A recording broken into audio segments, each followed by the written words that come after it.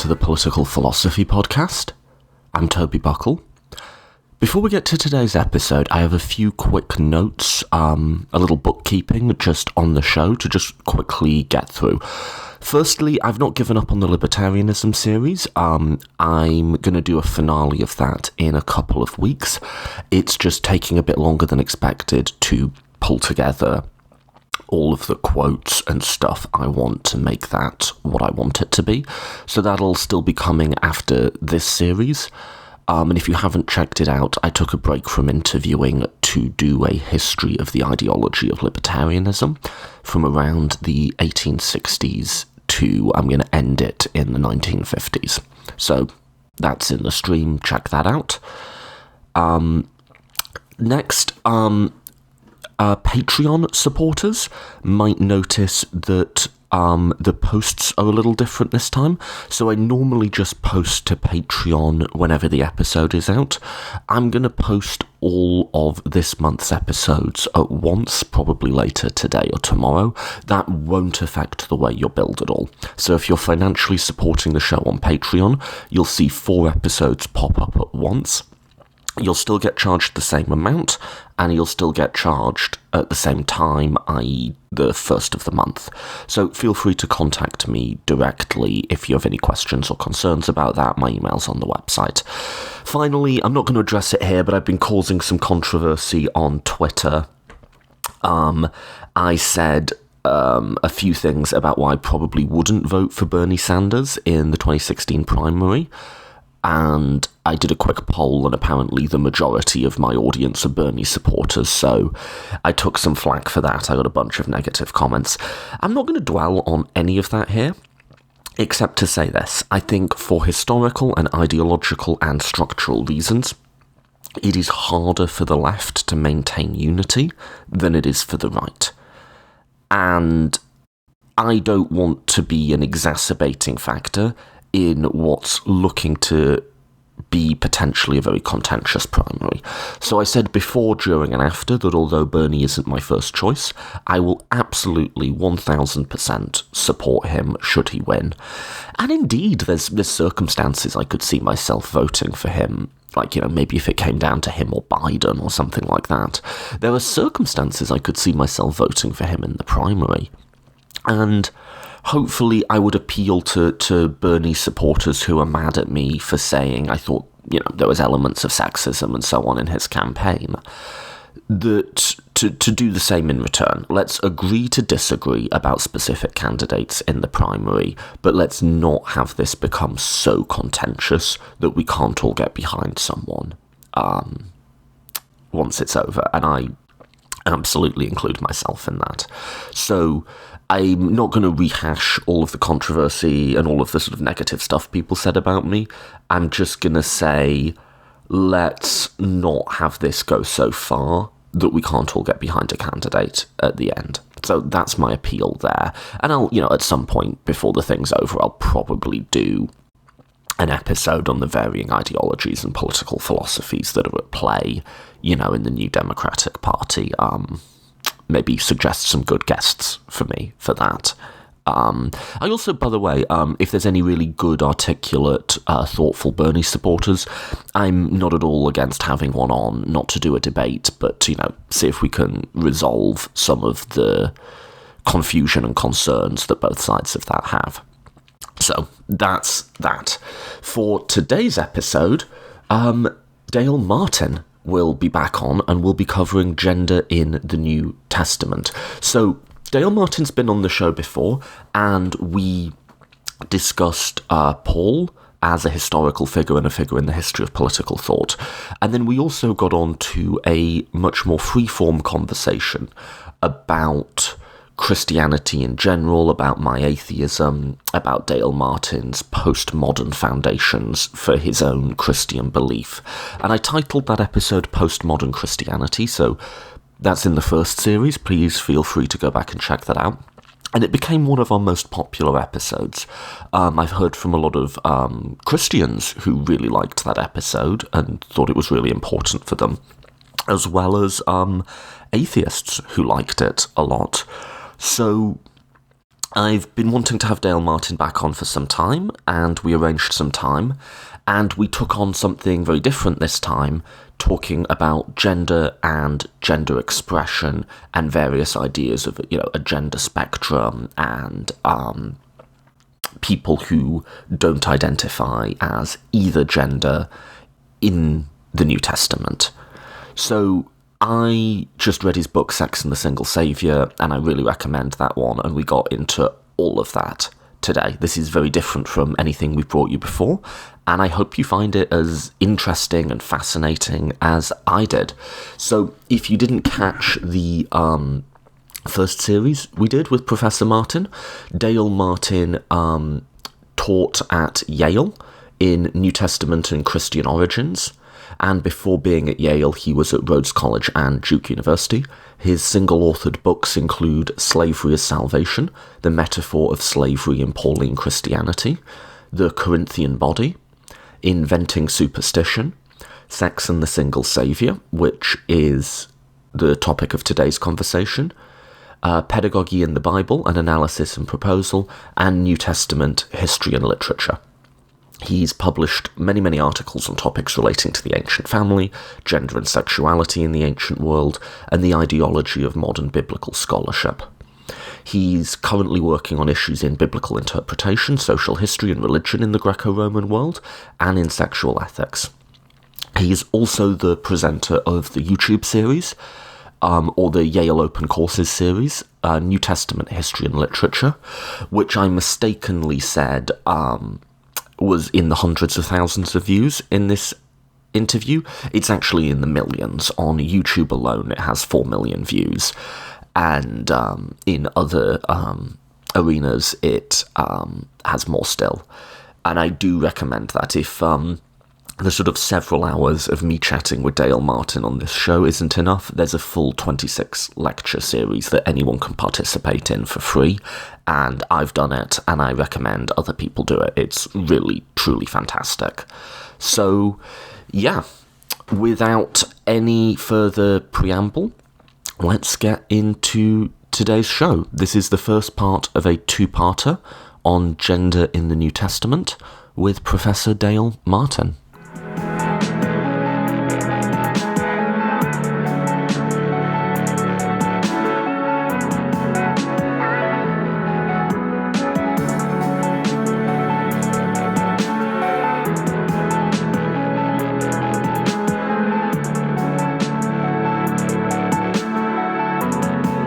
So I'm joined today by Professor Dale Martin. Dale, thanks for coming back on.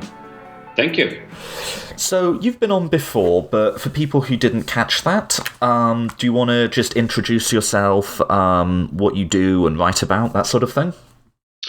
Okay. I am a retired professor of religious studies. I taught for 11 years at Duke University in a secular religious studies department. I taught for 18 years at Yale University in another secular religious studies department. So I've never really taught in seminaries and divinity schools. In other words, not preparing ministers for the ministry, but mostly teaching undergraduates and college students and PhD students. So even though I've taught New Testament studies mostly and the history of ancient Christianity, and I've done a lot of work on the Greco-Roman world and the ancient Mediterranean, I've published on slavery, the household, biblical studies, interpretation theory, literary theory, sociological theory. But probably most people would know me for my books on the New Testament, either Paul or other kinds of writings on family and sexuality in the New Testament. As well as your YouTube series, you have the Yale Open Courses for the New Testament. Yes, actually simply 26 recordings of the 26 lectures that I'd given for years at Yale as an undergraduate course, and it was Introduction to the New Testament History and Literature. And they just brought it wasn't specially done, they just brought a camera and a microphone into my lecture hall and on Mondays and Wednesdays and just recorded what I was doing in front of a class of at that time it was about 75 students. sitting in the classroom. Did you have any idea it was going to get as... I mean, you're not really on social media, but, like, did you realise it was going to be as big as it was and get, like... I mean, it's got, like, hundreds of thousands of views on YouTube.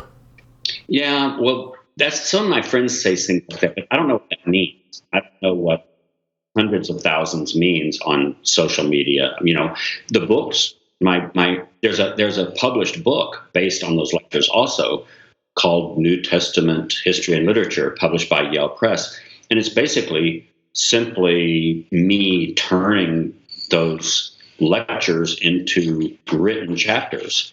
It hasn't sold a great deal. So I don't see a lot of money in this.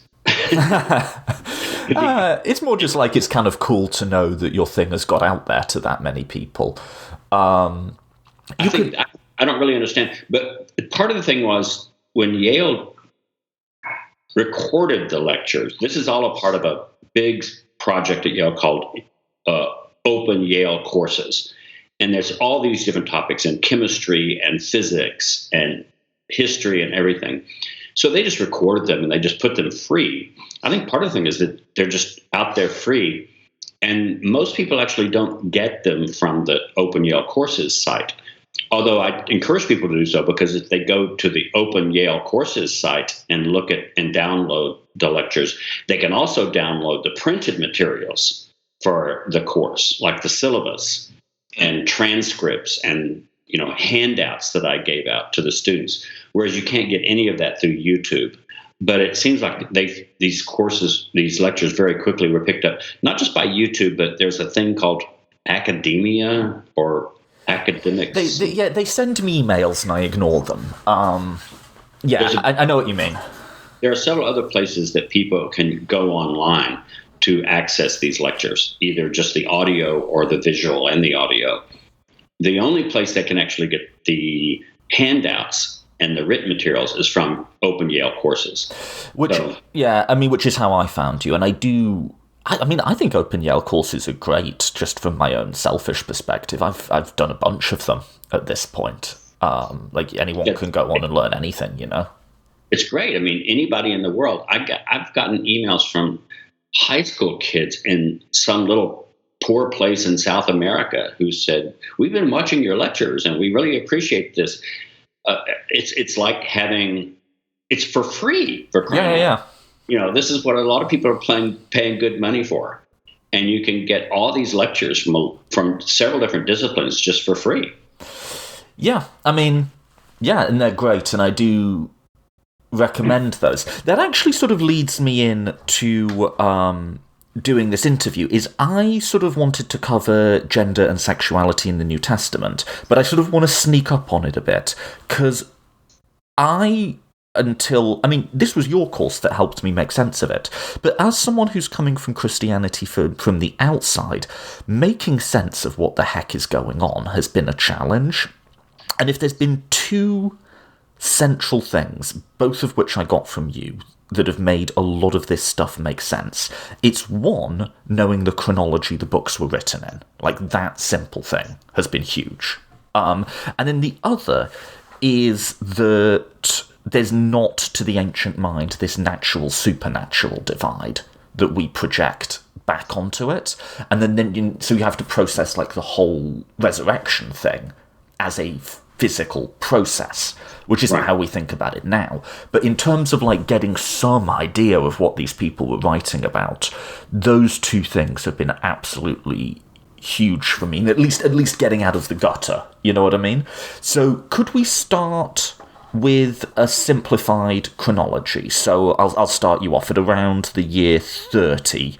There was this guy called Jesus who was executed, and about 15 years later, we get an educated Greek-speaking Jew writing letters to churches about that. Do you want to take it from there? Most of the scholars would say that Paul, the apostle, who was a Greek-speaking Jew, he was not a follower of Jesus during Jesus' lifetime. So he doesn't count as an apostle according to some definitions of apostle, like for Acts of the Apostles. The Acts of the Apostles defines an apostle as someone who was with Jesus during his lifetime, a follower of Jesus. Well, Paul doesn't count that way. But ironically, in Christian history, he almost became the apostle par excellence. In fact, when you see church fathers talk about the apostle, they mean Paul. And he thought he was an apostle, but when he called himself an apostle, it was because apostle just meant then someone who's a missionary, basically someone who's going out to preach and try to convert people. Apostle just comes from the Greek word, someone who is sent out. And he believed he was sent out not by the Jerusalem church or any other church or any other apostles. He believes he was sent out by Jesus. And so we think that he probably became a follower of Jesus around the year 34 or 35. So really only 4 or 5 years after the death of Jesus. I tend to place the death of Jesus at 30, although these are all just guesses. And we tend to place the writing of his letters before and after the year 50, so right around 50. So 20 years after the death of Jesus, Paul is writing his letters. Now, only 7 of the letters in the New Testament that claim to be by Paul are actually by Paul. Colossians and Ephesians and 2 Thessalonians and 1st and 2nd Timothy and Titus. A lot of us critical scholars would say they're not really by Paul. They're from Paul's followers or disciples. And the reason we make these decisions not on the basis of theology, although there are differences in theology, but mainly it's writing style. I tell my students sometimes, I can tell when you're plagiarizing in your papers because all of a sudden the style changes. And I can tell, oh, this is Wikipedia. This is not this student's style. And that's the way we scholars try to discern what parts of the New Testament are actually by Paul and what are not. So, but if you take his 7 letters that most students would call most scholars would call the undisputed letters, which would be Romans, 1st and 2nd Corinthians, Philippians, Philemon, 1st Thessalonians. I may be forgetting something, but those are the earliest writings we have of early Christianity, and they're from about 20 years after the death of Jesus. And then you get Mark as the gospel, the first earliest gospel written, and it's probably written right around the year 70. And we say that because the details that gospel talks about the destruction of Jerusalem don't fit what actually happened in the destruction of Jerusalem, but they're close. And then we say Matthew and Luke obviously both used the Gospel of Mark as one of their sources. And they used other sources too, both written and oral sources. But if they were using the Gospel of Mark as one of their written sources, well, then we say, okay, let's put them maybe 10 years or so after that, so in the 80s. And then the Gospel of John just sounds like it's later. The Gospel of John sounds like it kind of knows maybe Mark, maybe Luke, maybe all 3 of the first 3 Gospels, Matthew, Mark, and Luke. But we just say the Gospel of John looks like it has a much more highly developed view of Christ as divine, Christology. And so we place the Gospel of John in the 90s or something like that. And then, so, we place these documents in the chronological sequence basically based on who used what, which one of them knew one of the others, and on a sequence of both writing style and development of theology. Which is what's fun about the New Testament, right? Is it's kind of like a jigsaw puzzle in that you just have this list of things that isn't in the order it was written. And apart from Paul, they're eponymous, right? Like we generally, they're written in the name of someone, but we don't know the identity of the people who wrote the Gospels, right? No, I think all 4 of the Gospels, the names that became attached to the 4 Gospels became attached to them sometime in the 2nd century. We can tell that both by internal evidence of the documents themselves, but also by manuscript evidence. When do other Christians start calling these Gospels by these names? And it's not really until the middle or the late 2nd century, so sometime in the 200s. Not the 200s, sometime in the 100s. So 150, 160, 170. That's when the names get attached. Yes. And when was Revelations written? That is actually, it's the last book in the New Testament, and it is one of the later ones written, right? Well, that's a huge debate. Oh, okay. Because some scholars want to place it, they want to say that the book of Revelation tends to, and we should say it's revelation, not revelations. People, popular press get that wrong all the time. It's just the revelation of John. It's pretty clear that one of the figures being referred to in Revelation is Nero, the Emperor Nero. And that makes some people want to put the writing of Revelation either in the 60s, because Nero was ruling in the early 60s. But other people say, well, he's talking about what we call Nero redivivus. That is, he's referring to Nero who's been dead, and he's being resurrected and coming back to life as a demonic kind of figure. And so people place that in the 90s or around 100. So different scholars would place the writing of Revelation anywhere from 64. Which would make it one of the earliest ones. That would put it there with Paul. It would make it one of the earliest ones. I don't buy that. I think that it probably comes from the 90s or later.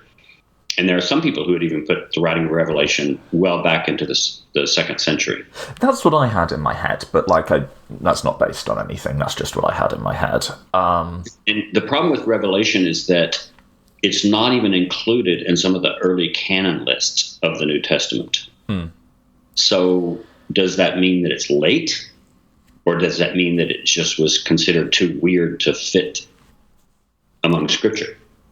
I remember reading, that's an aside, but some of the people who argued for it, even the ones who were arguing for it, were aware it was different and a bit of a curveball. Oh, yeah, it's quite different. But it's not different from ancient literature in general. It's just that it fits perfectly well within what scholars call the genre of apocalyptic literature. In fact, we get the term apocalyptic from the Revelation of John, because that's the Greek name, is the apocalypse of John. And then we take that word, the apocalypse, which just means the revealing, the unveiling, and then we apply that backwards to the book of Daniel in the Hebrew Bible and say, well, that's also apocalyptic literature. But and we apply it also to other literature from the second century, like the Apocalypse of Peter, the Apocalypse of Paul. But these are all titles that scholars tend to give these writings. And we've borrowed the term apocalypse and apocalyptic from Revelation. But the idea of a sort of coming end that's there in Paul, right? Like the idea that we are sort of nearing this end zone where the dead will be resurrected and all of that. It's not in the same vividness of detail, but that's from the earliest writings as well. Yes, most scholars would say the very earliest piece of literature we have from early Christianity is Paul's first letter to the Thessalonians. Chapters 4 and 5 in 1 Thessalonians talks about the coming of Jesus at the end.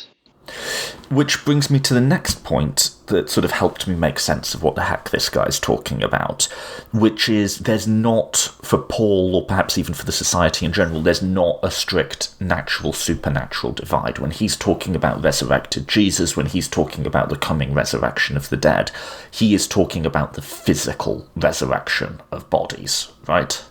Yes.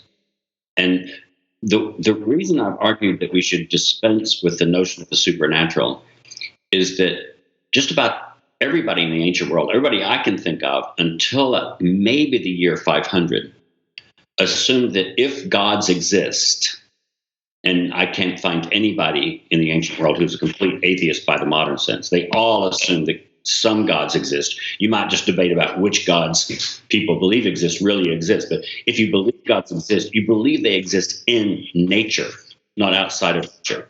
So the Greek word for nature is physis. And the earliest I've been able to find any Latin or Greek term that could reasonably be translated as supernatural is around the year 500 with the writings of the person we call Pseudo-Dionysius. He published his writings as Dionysius the Areopagite, who's in the book of Acts as a companion of Paul. But it wasn't by Dionysius. It's some Christian writer around the year 500. And he actually has a Greek term that he uses, hyperphusis, which strictly could be translated supernatural, above nature. But that's the earliest I've found of any of that kind of language. All the Greek and Roman philosophers, when they talk about nature, phusis, they assume that gods are there within nature. And even with Christian orthodoxy, people will talk about angels as being supernatural beings, but that's actually kind of heretical, because the only being who is uncreated, according to Christian orthodoxy, is God. Everything else in the universe, God created. So if you call angels not part of nature, you're saying they're not part of the created order. And that's heretical, because you're making them equal to God. And angels are physical beings in the Bible, right? Certainly. This is the thing, though. In the modern world, they aren't. This is the problem with this whole notion of supernatural. A lot of it goes back to René Descartes, who wanted to say that the mind and the soul are not part of nature at all. But that's nothing. There's no element of that when Paul talks about the resurrected bodies, right? And we translate it. So this is a weird way of sneaking up on Galatians 3:28, but I think it lays the groundwork for what he's actually talking about. When he talks about resurrection and spirits, we're reading that anachronistically, right? When he talks about the resurrection of a body, he's talking about a physical resurrection. Now, the physical body you end up with, he tells us, is different to the body that you died in, but it's what's the metaphor? It's like a seed and a flower. It's something that grows out of it, that is contiguous with it, although distinct from it. And the spirit thing I got from you directly translates to pneuma, right? It's pneumatic. So it is a substance. It's not a substance like flesh, but it is your body will be resurrected in a different substance, but a physical one nonetheless, which is a bizarre and really weird idea to wrap your head around for a modern person. Yes, and I've tried to use different metaphors or comparisons.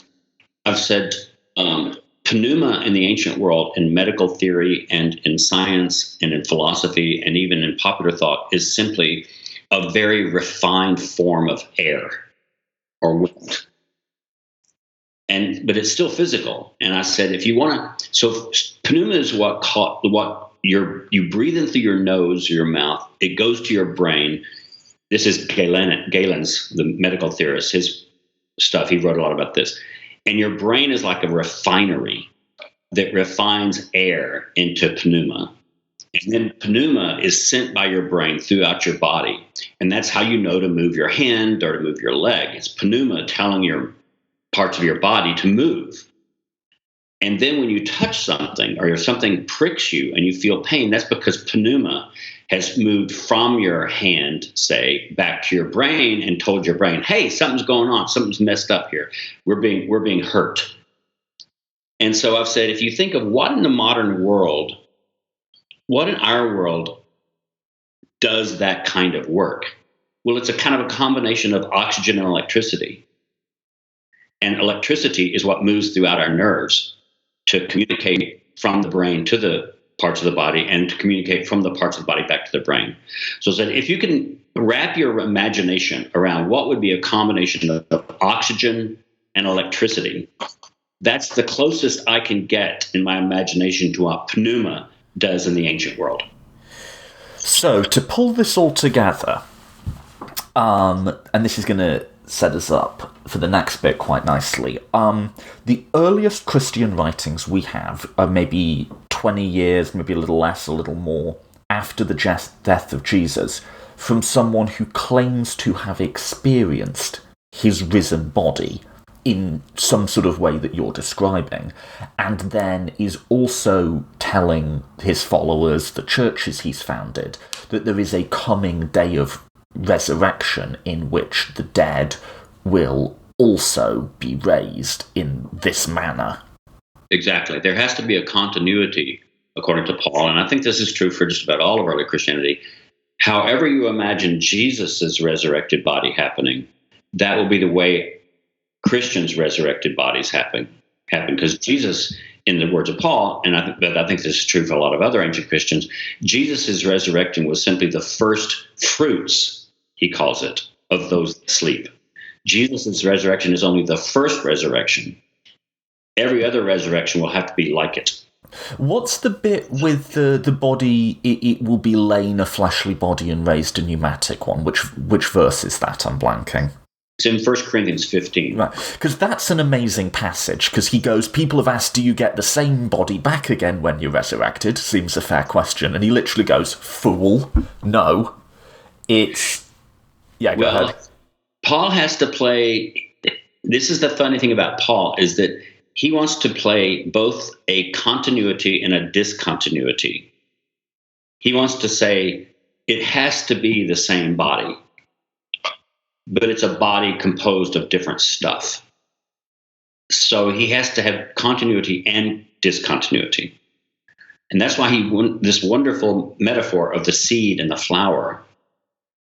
The seed and the flower. So again, let's use modern ideas. We could say that a seed and a flower share the same DNA, but they don't look alike. They don't taste alike. They don't smell alike. But there's something continuous about it. That's the way Paul thinks about the pre-resurrected body and the post-resurrected body. But now later Christians, they will reject that, see? And so the Gospel of Luke, for example, says, no. Jesus' resurrected body is not a pneuma, which he interprets as being a ghost. It's flesh and bone, is what he says. Luke doesn't use flesh and blood. He says flesh and bone. Jesus in his resurrection appears to his disciples and says, I'm not a pneuma. Right. A pneuma doesn't have flesh and bone, as you see that I have, and give me a piece of fish to eat so I can prove to you that I'm flesh and bone. So, and then Tertullian at the end of the 2nd century, he insists on this. He wrote a whole treatise on the resurrection, and he insisted, no. It's got to be a flesh body. It's got to be the same body that was put into the ground. But for none of these people is it this like afterlife, spooky, different plane of reality type thing. No. For none of them is it what we would call supernatural. Or for none of them is what we would call the immortality of the soul. Isn't, though, the seed and the flower, I always find that so creepy and unsettling. Like the idea that after you die, something is going to grow out of your body that is not your body and is distinct from it. It's weird, right? Especially to the modern mind. I'm glad that you find it creepy, because there's a whole lot in the New Testament that is creepy. This is not like the Sunday school version, like what they actually meant at the time. In Sunday school, you say, well, Aunt Martha died this last week, but she's not gone. Where is Aunt Martha? Well, her soul is safe in the arms of Jesus in heaven. Right. And it's all nice and clean. And it's not clean in the New Testament. No. So this, I covered that ground because I then want to sneak up on Galatians 3:28, which is, if you talk to anyone, and I've had some good female friends who are, devout believing Christians, but also sort of quite liberal and feminist and so on, and they'll always reference that single line of, in heaven there is no male and no female.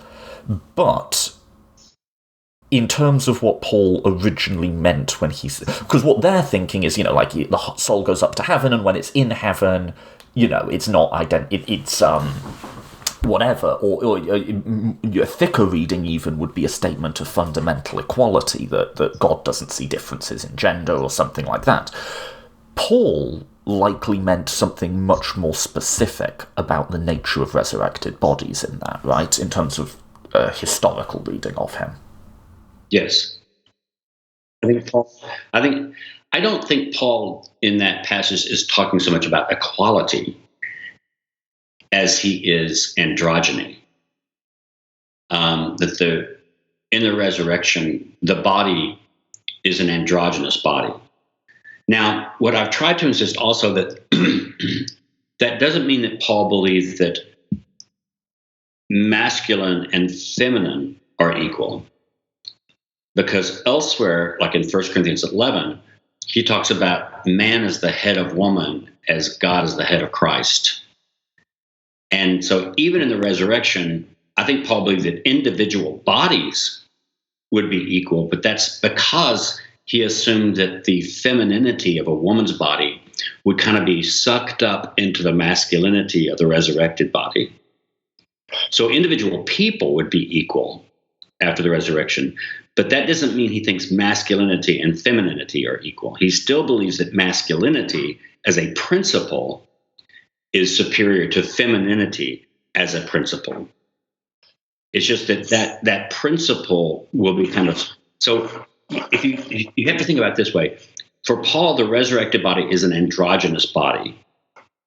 But what that means is that it's a masculine body that has taken femininity up into itself.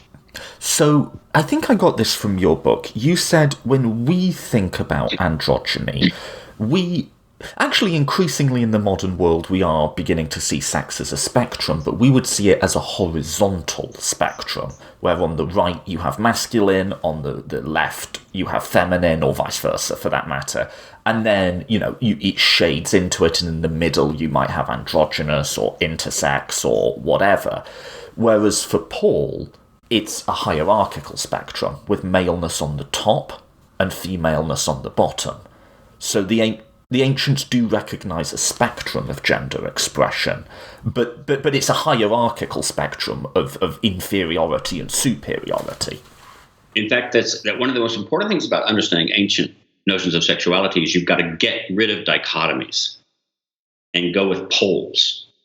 So one of the dichotomies is masculine and feminine.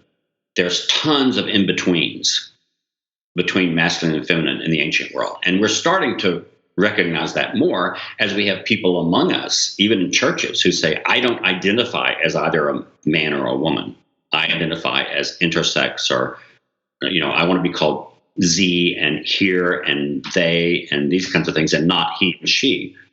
So we're getting that. In the ancient world, you have all of that all over the place. Just look at art. Look how many depictions of androgynous beings there are in statues. There's this wonderful statue of a lying down androgynous, where if you look at it's a lying down person, it's carved, and if you look at it from the back, it looks exactly like a woman. And then you go around to the other side of it, and it's got a penis and balls.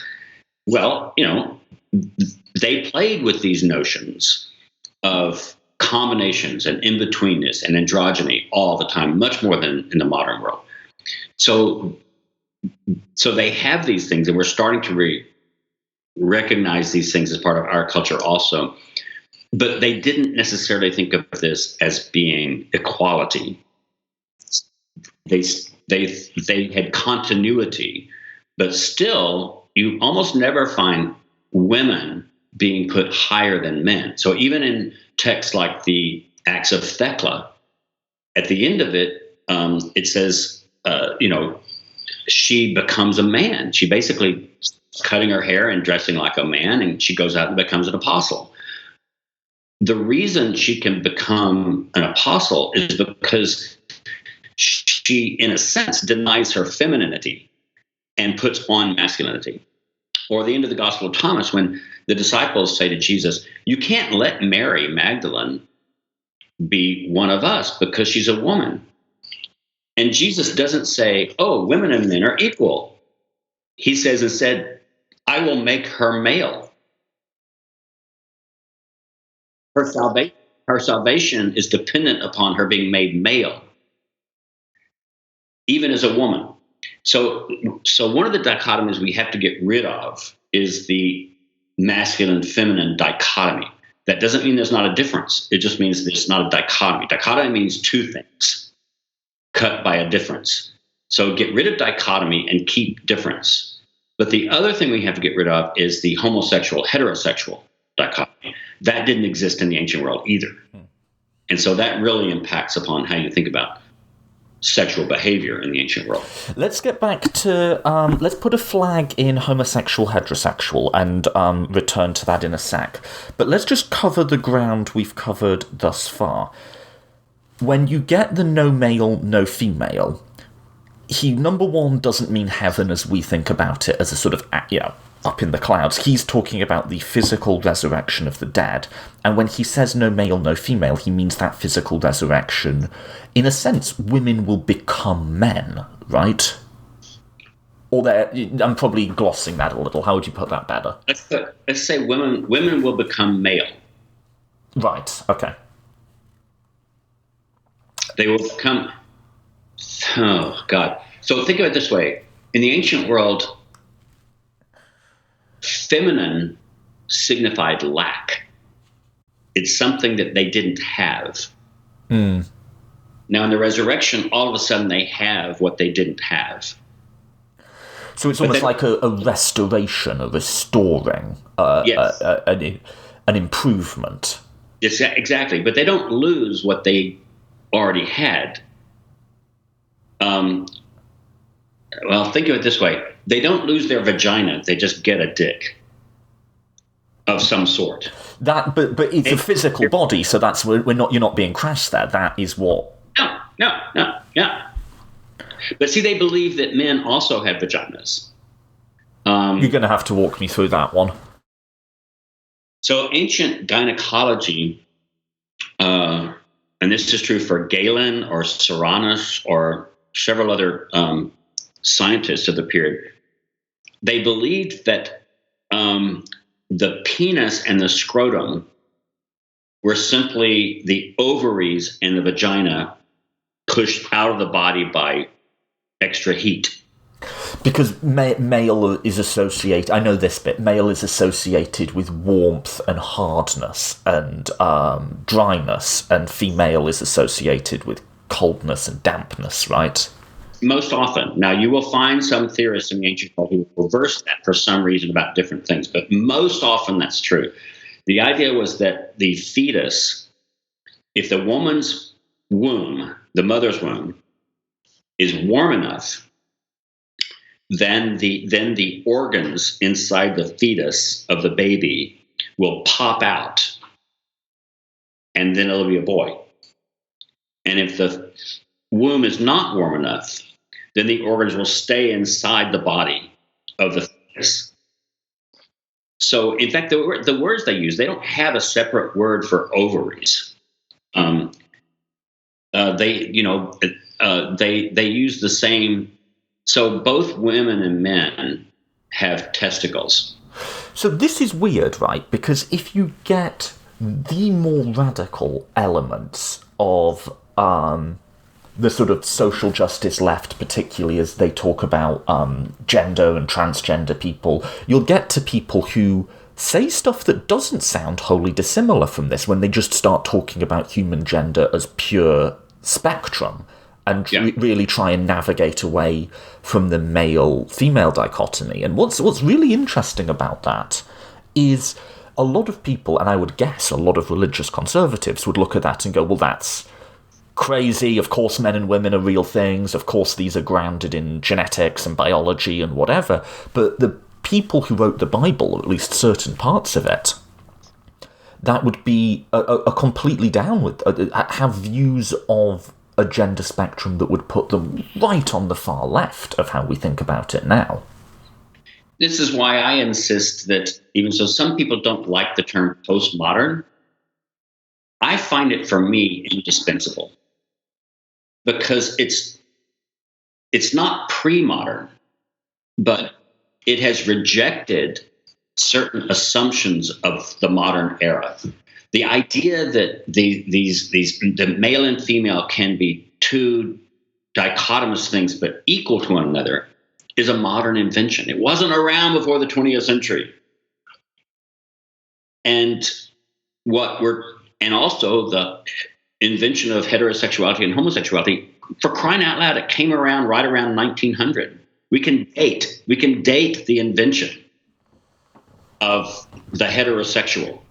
But what we wouldn't want, well, we, assuming we have generally left-wing commitments to sort of social justice today, which we may or may not, and that might or might not be correct, but there's something both reassuring and very unsettling, because what you don't want to do is just strip it back and say, we reject the modern categories of a male-female dichotomy, of a heterosexual-homosexual dichotomy, and, whatever they thought in ancient Greece is right. One, because it is profoundly unscientific, but two, from a social justice left point of view, the idea of this spectrum we like, but it's a vertical spectrum, not a horizontal one. And although they do recognise this, a number of different, like say, a spectrum of gender expression, it is one in which the male is superior, and there's just an overt misogyny to how they think about perceived female traits, both in women and men, right?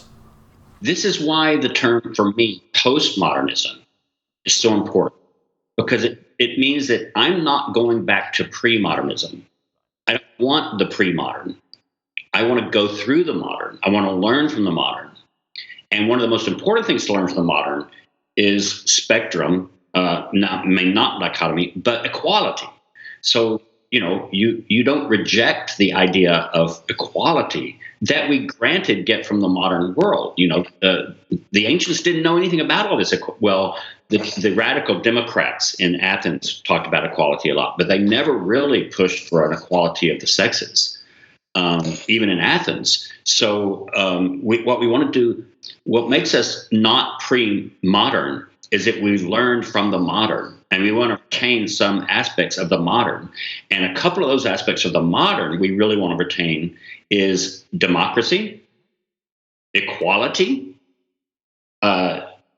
gender equality, but we try to keep those things without holding on to the bad things of modernity. And what that means is we actually go to the pre-modern to pick and choose. This is what postmodernism is. It's eclectic. It's bricolage is the French term.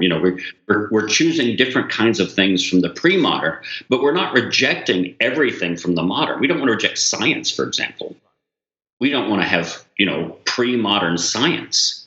We want science. We want history. We want historiography. We want geology. We want geography. So we don't want to reject the modern. What we want to do is liberate ourselves from the parts of the modern that we find limiting. And sometimes going to the pre-modern is a useful resource. It just reading the Bible helps your imagination. This stuff is so weird, right? Like, yes. This is not what they cover in Sunday school. I'm not being nuts. This is so I'm British. They do prayer in school over there, and you learn about baby Jesus in the manger and all that. This is just completely different ballpark stuff. Well, that's what I do. For crying out loud, I'm not playing in their ballpark anymore. But I'm also not playing in the ballpark of Paul completely.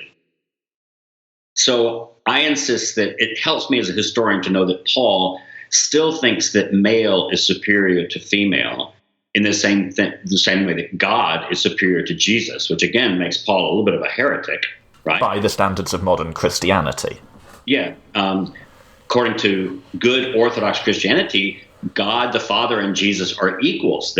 Paul still believes that God is superior to Jesus, male is superior to female. And man is superior to woman. I do have one final question on the female thing before we get lost in postmodernism. But here's my question. This is a genuine question. I don't know the answer to it. It's not just in the Bible. In the whole ancient world is overtly misogynistic. Like you say, there's a spectrum, but the man is at the top, right? And all of ancient Greek thought. Well, not necessarily the man is at the top, but the male is at the top. because you have some men who are really women, and they're inferior.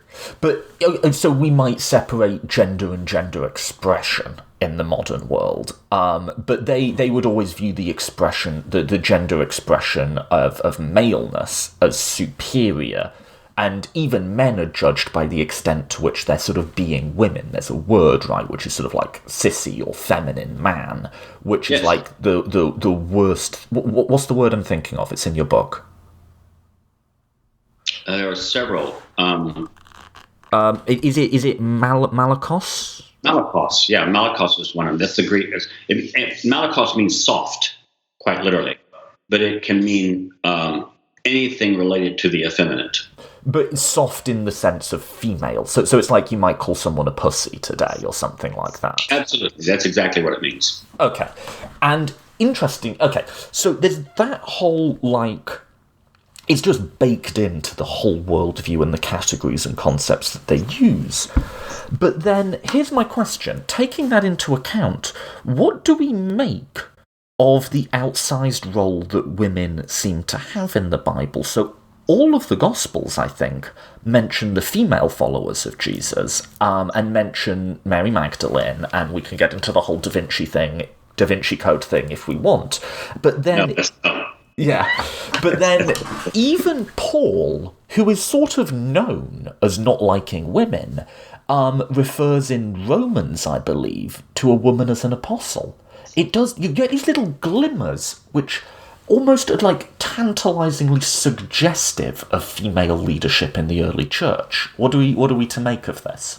There was definitely female leadership in the early church, and there are lots of different theories about how that changed, that as the church became more sort of mature and male and institutionalized, that women were increasingly pushed to the side.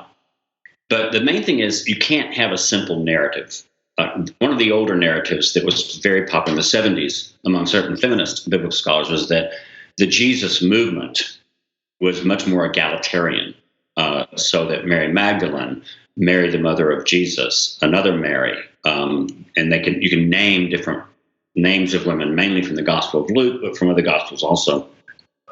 These women, obviously. But notice, almost every scholar who works in the historical of Jesus believes that Jesus actually did appoint 12 special disciples. They're all men. Dan, what's his name, notwithstanding. And so why would, and most people think that Jesus appointed these 12 men. Why 12? Well, because they're going to represent they're going to judge, they're going to be head of the 12 restored tribes of Israel, which have disappeared by Jesus' time. There's only 2 tribes of Israel that are recognizable by Jesus' time. So one of the apocalyptic messages about the end of the time in the kingdom is that the 12 tribes of Israel will be restored.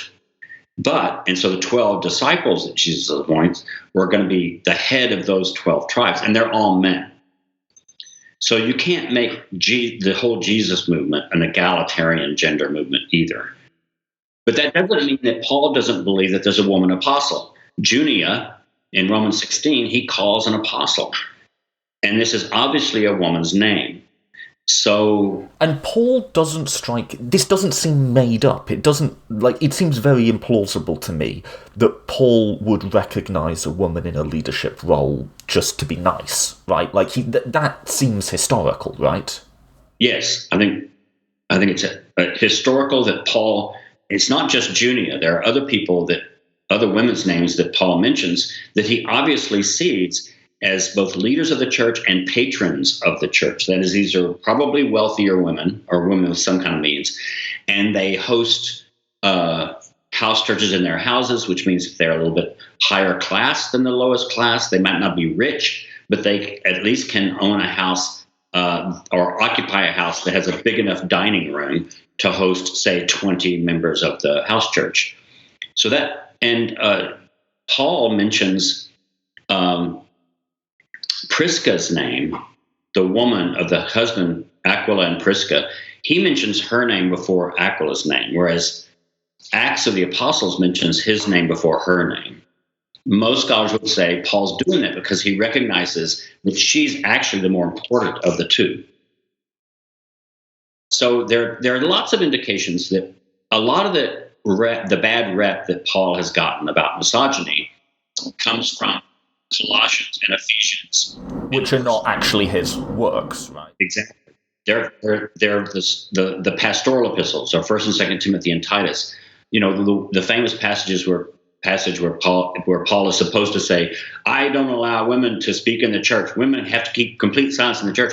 That's not in Paul's letters. That's or is not in his undisputed letters. That's in First Timothy or Second Timothy and Titus.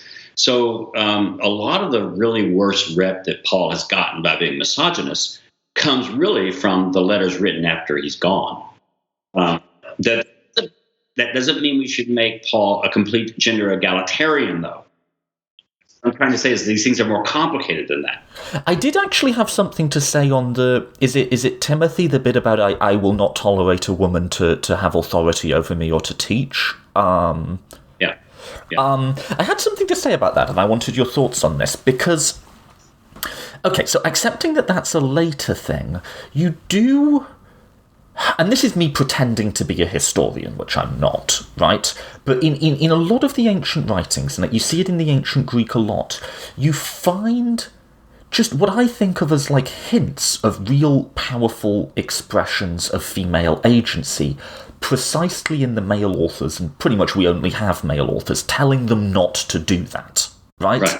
And there's rules there's things that you say only because somebody's tried to do it. I remember in my first job, there was a rule that we all had to sign a contract on that we would not keep drugs in the bottom locking drawer of our desk. Right. That is a rule that was there because somebody did that. Right? And I don't need to know the story to know. There was another rule that you have to be clothed at all times in the office. Again, I don't need to know the story to know that there is a story there, And when I read the women shall not teach in church, that to me seems to be evidence that they were trying to. Does that make sense? Yes, but we don't need to go there. You don't have to do a argument by negation. Because remember, a whole lot of stuff that different cultures forbid is because of people's, I don't know if you want to call it unconscious or subconscious fear that it might happen. This is true. It's not proof positive. It's a plausibility argument. So where you need to go to show that there were women who are doing these kinds of things, we just have positive evidence. Yeah. So the story becomes Paul, yes, would be a misogynist by today's standards, but it does seem there were women in close proximity to the historical Jesus. We do have positive evidence of women exercising leadership roles, maybe a couple of decades after his death. But then when you get to the later letters, you can begin to see the reaction against that and people shutting it down and saying, no more of this, right? But it didn't really ever win out. So, even in the 2nd century, you get the Montanist controversy, where you have Montanus, who's, a male, but he has these two women who have super, super important leadership roles in his movement, and they're considered prophets, and they prophesy, and so then you have people like Tertullian saying we got to kick the Montanists out of the church. So it's a battle, and you get it all the way through history. There's always an undercurrent of important women, and there's always an overcurrent of people trying to suppress it. Okay, I am going to have to ask, I've got you on the line, I'm going to have to ask the Da Vinci Code question. Mary Magdalene, she was a real, Magdalene. Yeah, we can say that this was a real person historically, though, right? And was close to Jesus? I think so, yeah. I think she's a historical person. Now, what happens is the later traditions get everything mangled. So, for example, if you go to an art gallery, Mary Magdalene will be depicted in red, and she will have a jar of ointment. And that's because it's been interpreted later. So what happens is there's a story in different of the Gospels, in fact, I think all 4 of the Gospels, where some woman comes in and either washes Jesus' feet or anoints his head with oil or anoints his feet with oil. And in none of the Gospels is that ever said to be Mary Magdalene. But that's been all kind of, in Christian tradition, it's been all sloshed together. So that Mary Magdalene is supposed to be a former prostitute, which there's nothing in the Bible that she was. But this bit of the Da Vinci Code is right? It's Pope Gregory the whatever in the Middle Ages makes that connection of Mary Magdalene with the prostitute and the feet-washing woman that didn't exist until that point. That's historical, right? I don't think you can point to Gregory himself as the one who invents it. I think it grows up a bit more technically out of Christian tradition. People are always trying to harmonize the Gospels, and so they see, this woman, one of the Gospels, Luke, I think, says that Mary Magdalene did have demons driven out of her, so she had some kind of exorcism. But in none of the Gospels is Mary Magdalene identified as the one who anoints Jesus. None of them. And yet that becomes the accepted tradition. So this is what happens in all this kind of stuff. There's just things in tradition just get all mangled together.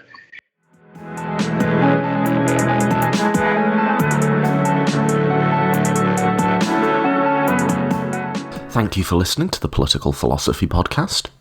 If you enjoy this show, there's a few ways you can support it. Sharing on social media always really, really helps. So I'll appeal to you if you've already shared an episode in the past.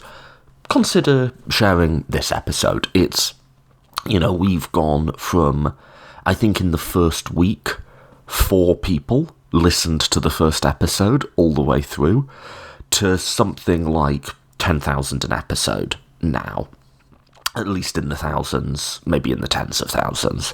Really, almost all of that growth, basically all of it, is from people sharing. So it's really, really important for us to get people to share. So if you thought this was interesting, provocative, different, please go ahead and hit that share button. If you're able to support in a more monetary way, you can sponsor us on Patreon. And just check out patreon.com/political philosophy podcast, and you can sponsor us at whatever level seems right to you. I've been recommending $2 an episode, but that's a suggestion. If you can give more, that's terrific. If you can only do $1 even, that would still be great.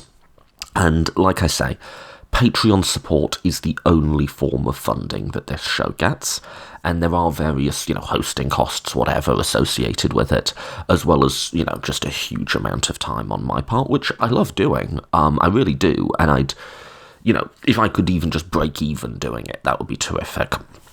So please do sponsor us on Patreon, and another advantage of that is it allows me to cover my costs without doing ads on the show, because I think ads, imagine if a few times in the conversation you just listened to, I interrupted it to sell you a mattress. I think it would just bring the quality of it way down, right? So those are 2 really simple ways that you can support the show. Share on social media and sponsor us on Patreon. Both are really welcome, and a big, big, big thank you to anyone who's done either of those things. You're making this show possible to go out to the number of people it does, and to go out for free and ad-free, so thank you so much. Next week will be the second part with Dale Martin. We'll get into questions of Jesus' sexuality and of various forms of sexual morality and sexual ethics in the ancient world, and we'll also talk about our own views of the family and what's ultimately normative in the ethics of sexual life. So that was a really challenging but really interesting conversation, so I hope you'll check that out. And then after that, I'll probably get back and I'll hopefully have my finale of the Libertarian series done, and over that period I'm arranging and scheduling more interviews, so I'll announce them on Twitter and Facebook as they come out. And again, you can always follow me on Twitter or Facebook to get those updates. My Twitter handle, Facebook page, I think there's a couple of other things you can follow us on. They're all on the website, politicalphilosophypodcast.com, so just check all of that out. And yeah, thank you again for listening, and I hope you'll return next week.